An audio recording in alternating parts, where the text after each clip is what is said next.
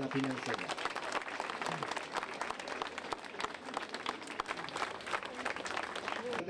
თუ როგორ უნდა აღზარდოთ მასობრივი სპორტის ობიექტები. იმისათვის რომ ატარობიდანვე ეს არის საჭირო და პენსიონერებისთვის ზუსტად ჩვენ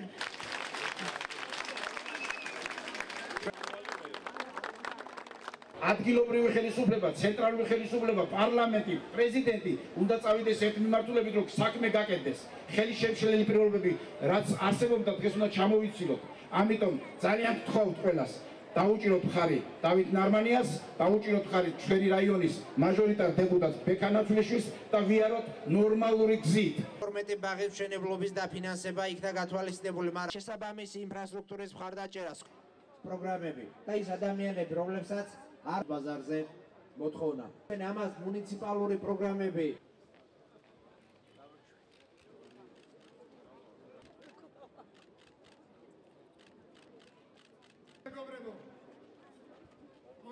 ერთად შემოკრატაში ყველამ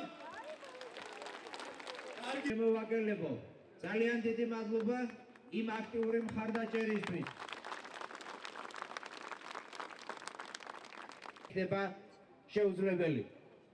დავით ნარმანია ასეთად და ალბათ თბილისსაც რა პრინციპში ასეთი და ახმელიაზე იქნება ცელები, იმიტომ რომ ჩვენ მართლაც ისეთი მერი გვეყოლება ერთად მაქვს კაბინეტში მუშაობის და ყოველივე საუკეთესო ჩვენს ოჯახებთან ერთად ძალიან ბევრი მნიშვნელოვანი პროექტების განხორციელება დაიწყო მთელი საქართველოს 41 ეროვნების კანდიდატი ბატონი დავით ნარმანია იქნებიან თქვენი ჩვეულები დედაქალაქის ახალი ბატონი ლევან დარაფოლიძე. რასაც მე ვზრობ თქვენთან შეხვედრისას. დაახლოებით 3000 ადამიანში მოქალაქე იცხოვრებს ვიძეულად. ძალიან დიდი მადლობა იმ უპრეცედენტო მხარდაჭერისთვის, რომელსაც ჩვენი გუნდი გრძნობს და დარწმუნებული ვარ, რომ 15 ივნის თითოეული თქვენი მხარდაჭერით ჩვენ შევძლებთ იმას, რომ ვიკისროთ და ვიტვირთოთ ის უზარმაზარი პასუხისმგებლობა, რასაც საქართველოს დედაქალაქის თბილისის მართვა და განვითარება ქვია. ძალიან დიდი მადლობა. ჩვეული საკითხი, რომელიც თქვენ ჩემამდე მოგიტანიათ, ან ვერ მოახერხეთ მოტანა. 90% ამ საკითხების არის სწორედ ადგილზე მოსაგვარებელი. და ვინაიდან ეს სისტემა იყო დარღვეული და ეს სისტემა არ მუშაობდა, ამიტომ ამ პრობლემის მოგვარებელს ვერ ხერხდებოდა. მაგრამ ადგილზე, ქალაქში, უბანში კონკრეტული საკითხების მოსაგვარებლად ჩვენ გვჭირდება კონკრეტული ადამიანები. ამიტომ მე ბედნიერი ვარ, რომ დღეს თქვენთან ერთად მაქვს საშუალება გავეცნო ამ კანდიდატებს და მათ მხარდაჭერას დავპირდე. ადგილობრივი არჩევნები მიმდინარეობს დემოკრატიულად, ისევე როგორც ეს ჩვენ დავგეგმეთ და მოუწოდებდით საზოგადოებას, რომ არ აყოლოდნენ ცალკეულ ექსესებს, ცალკეულ დაგეგმულ პროვოკაციებს, რა თქმა უნდა, საზოგადოება გონიერია და ესეც ხდება იქ, სადაც ცალკეულ შემთხვევებში, მაგალითად ვთქვათ, მარნეულში და სხვა 2-3 მუნიციპალიტეტში ჰქონდა გარკვეულ შემთხვევებში ადგილი, რა თქმა უნდა, შესაბამის რეაგირებას დაექვემდებარა და მომავალშიც გაგრძელდება ამაზე მუშაობა. არსებობს უწყებათა შორისი კომისია, რომელსაც წარმატებულად იმუშავა წინა არჩევნების დროს და წარმატებით მუშაობს ამ არჩევნების შემთხვევაში. და ეს კომისია არის ერთ-ერთი გარანტი იმისა, რომ საკითხები, რომლებიც წინა საარჩევნო პერიოდში წამოიჭრება, იყოს განხილული და გაკეთდეს მათზე რეაგირება ისე, როგორც ეს განსაზღვრულია ამ კომისიის წესით.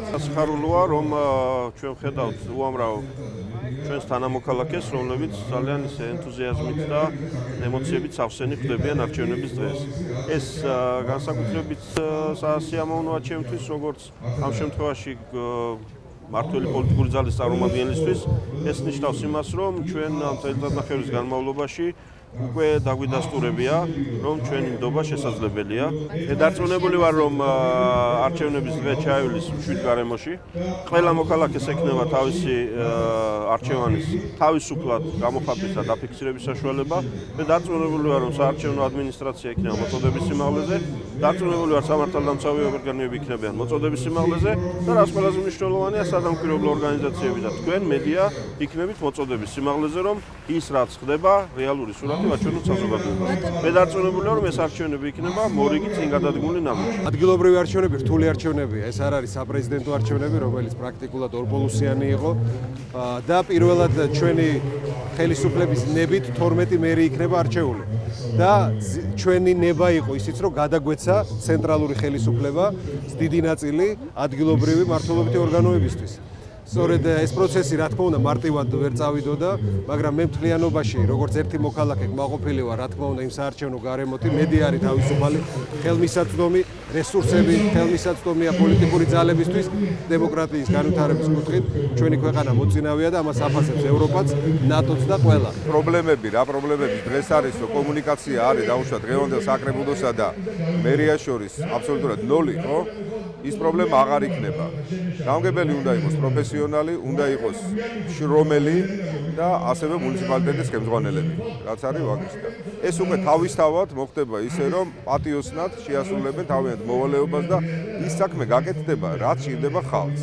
Ბევრი პრობლემებია დღეს ქალაქის სამწუხაროდ მემკვიდრეობა საკმაოდ სერიოზულად მძიმეა, მაგრამ თავარი რაც მოხდება, დარწმუნებული ვარ, ჩვენი გამარჯვების შემდეგ იქნება ის, რომ შეიცვლება დამოკიდებულება მოქალაქის მიმართ, ადამიანის მიმართ და საკრებულოს და მერიას პირველ რიგში იქნება სწორედ მოსახლეობის, საზოგადოების და თითოეული მაცხოვრების ინტერესის გამომხატველი და არა რაღაც კორუფციული ბიზნეს გარიგებებზე ორიენტირებული, რაც იყო აქამდე. მოსახლეობას პირდებით განსაკუთრებით სოციალური უზრუნველყოფის თვალსაზრისით ძალიან ბევრს სიახლეს დაწყებული თქვათ სოციალურად დაუცველი პირების დახმარებიდან როგორიც არის მაგალითად მრავალშვილიანების დახმარება ძალიან მალე მოხდება ამ უბნის განვითარება იმ თვალსაზრისით რომ ინდუსტრიული სექტორი გადმოინაცვლებს ათეთ მხარეს გამომდინარე იქიდან რომ აქ გაივლის რუსთავი-თბილისის მაგისტრალი და პლუს პირდები მათთვის ძალიან საინტერესო პროექტს რომელსაც არა მხოლოდ პირდები არამედ განხორციელდება ეს არის 31 ქარხანასთან გადამავალი რკინიგზის ხიდი გადაკეთდება სამანქანო ხიდად და ზემო და ფონიჭალას ქვემო ფონიჭალას აგრეთვე დაუკავშირდება ხიდით ერთმანეთს